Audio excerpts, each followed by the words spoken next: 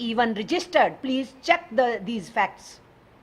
Rafale deal happens, 2 days after that, license is gotten by Reliance company. They are registered after 2 days of the deal, but they were part of the deal. Prime Minister did not take HAL, Hindustan Aeronautic Limited's officials. He took Ambani along with him. And enough has been said by the media persons from France, company persons from France, even former President of France, that it was insistence on the part of government of Narendra Modi that they wanted only Reliance to be partner in the deal for Rafale aircrafts. All lies were spoken, that HAL doesn't have capacity. Then the former director had to come out and say, how can you say that there is no capacity of HAL? They produced Sukhoi aeroplanes, fighter aeroplanes, which played role in war, Indo-Pak war. So they cannot say that we didn't have capacity, our public sector didn't have capacity.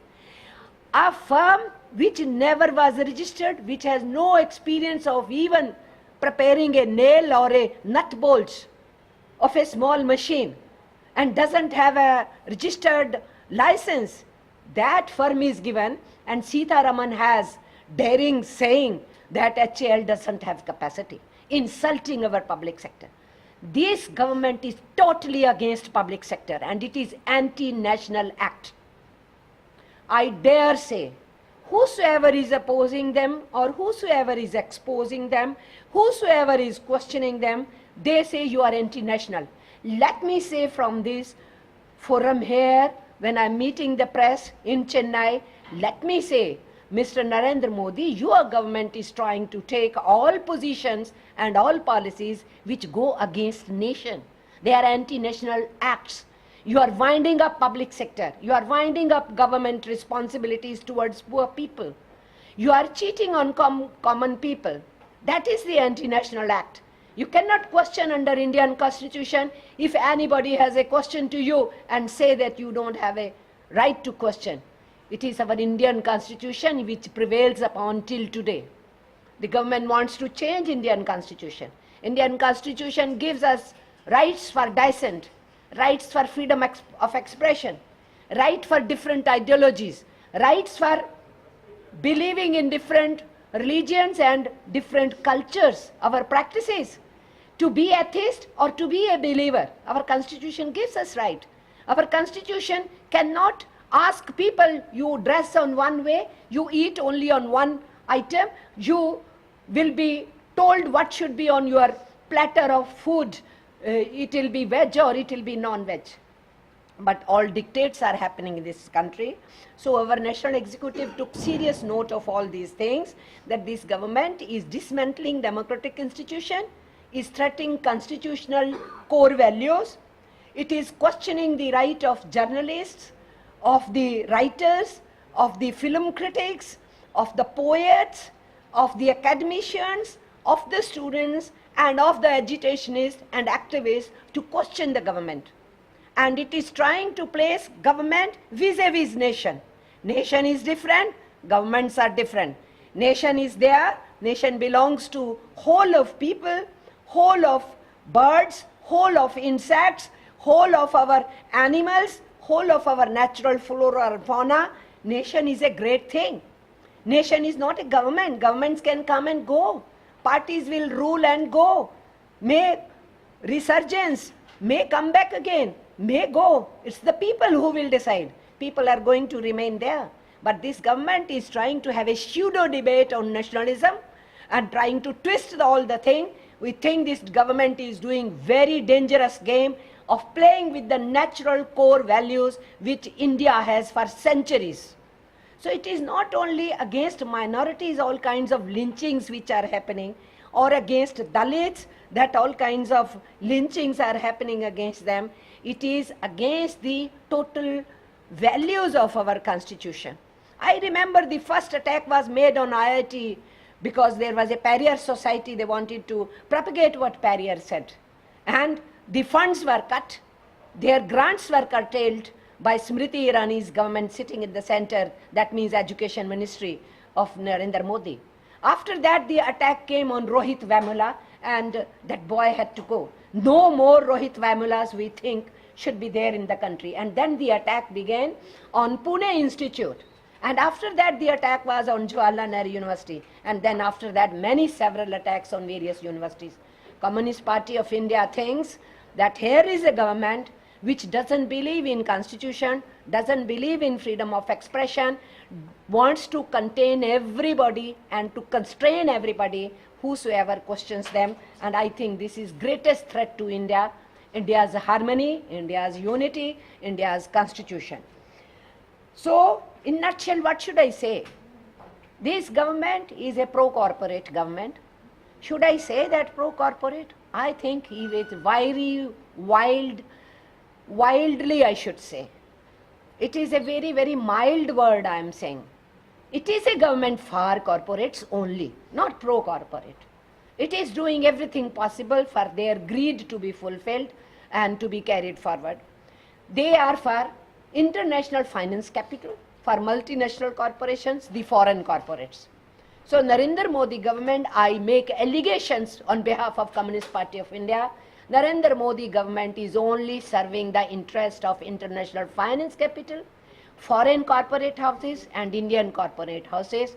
It is not bothering about farmers or the workers or the women or the students or the youth or our media persons who are supposed to be very, very important people in defense of democracy. So there is a threat to them also.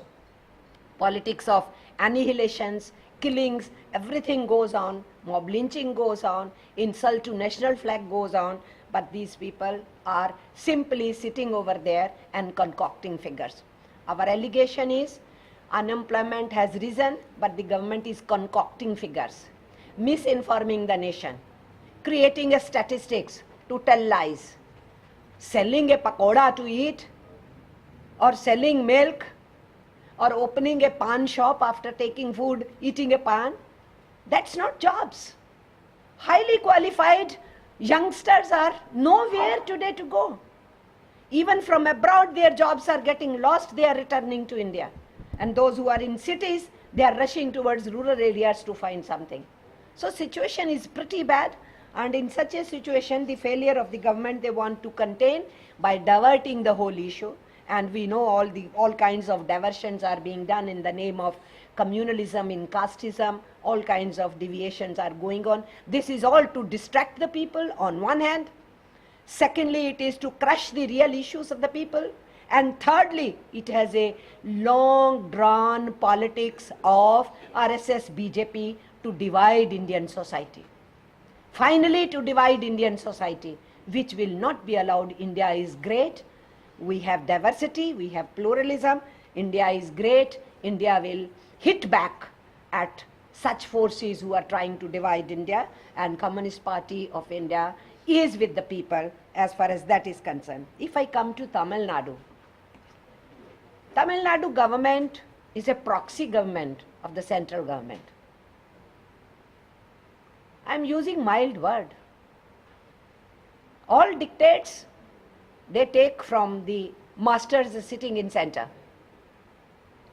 Now I learned when I reached here yesterday, I learned that 18 of the MLAs are disqualified. They were disqualified by speaker.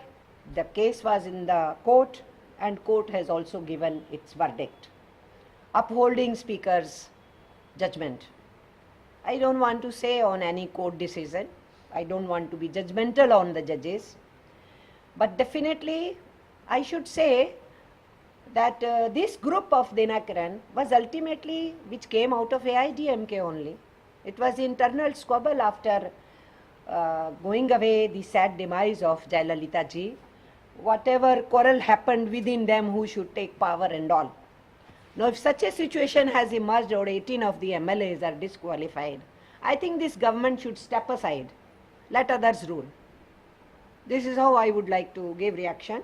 It's a sad situation, the way Tamil Nadu politics has been brought to this level. And perhaps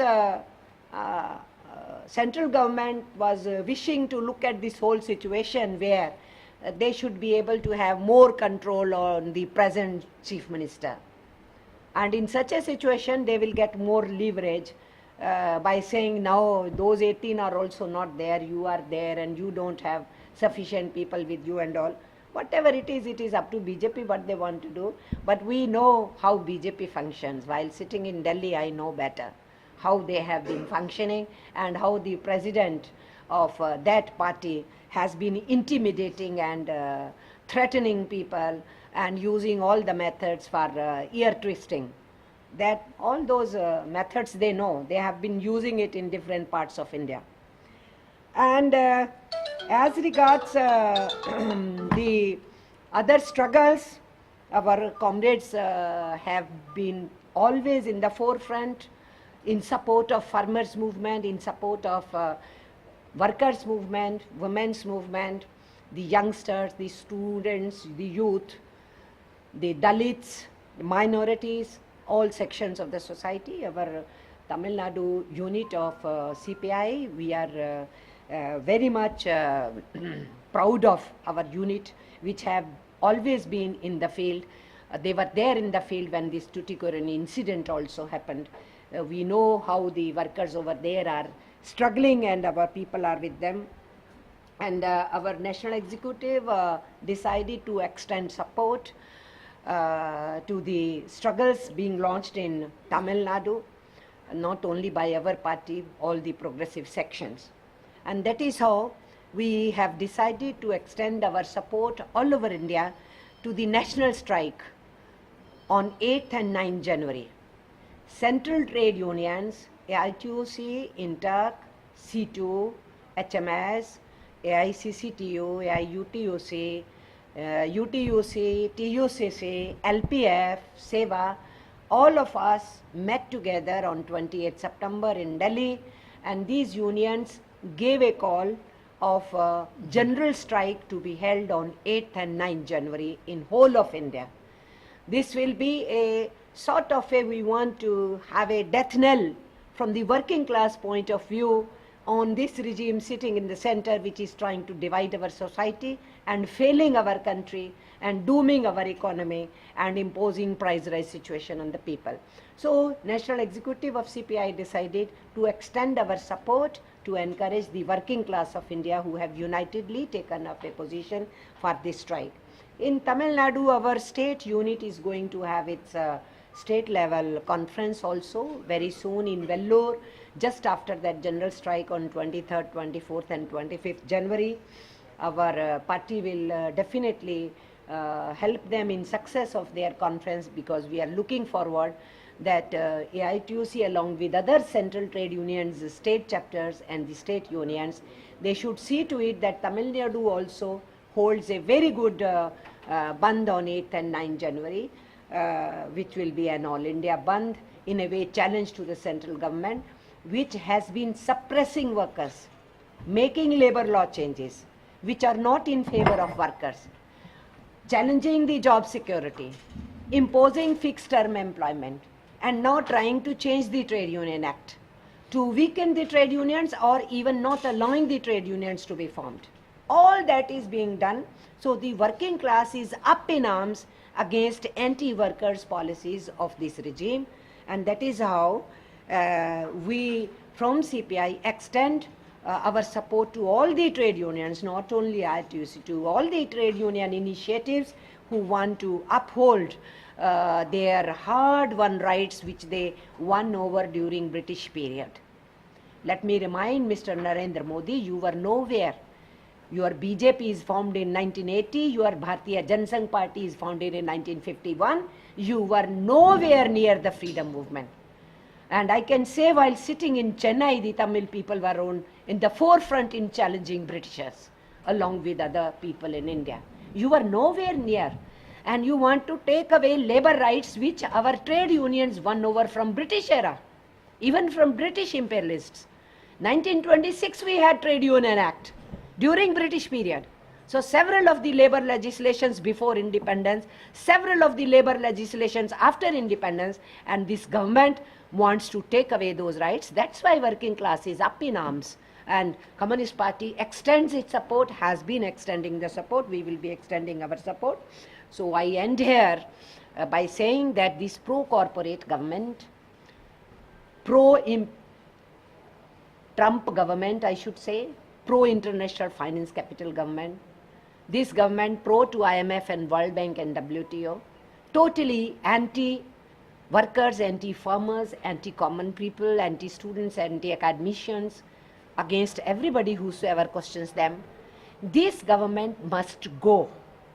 Our campaign from Communist Party of India, along with other left parties, along with other broad democratic secular parties, from now onwards is to oust Modi government. And that will be our agenda. தொடர்ந்து இது போல videos பார்க்குறதுக்கு கீழே இருக்க subscribe பட்டனை click பண்ணுங்கள்.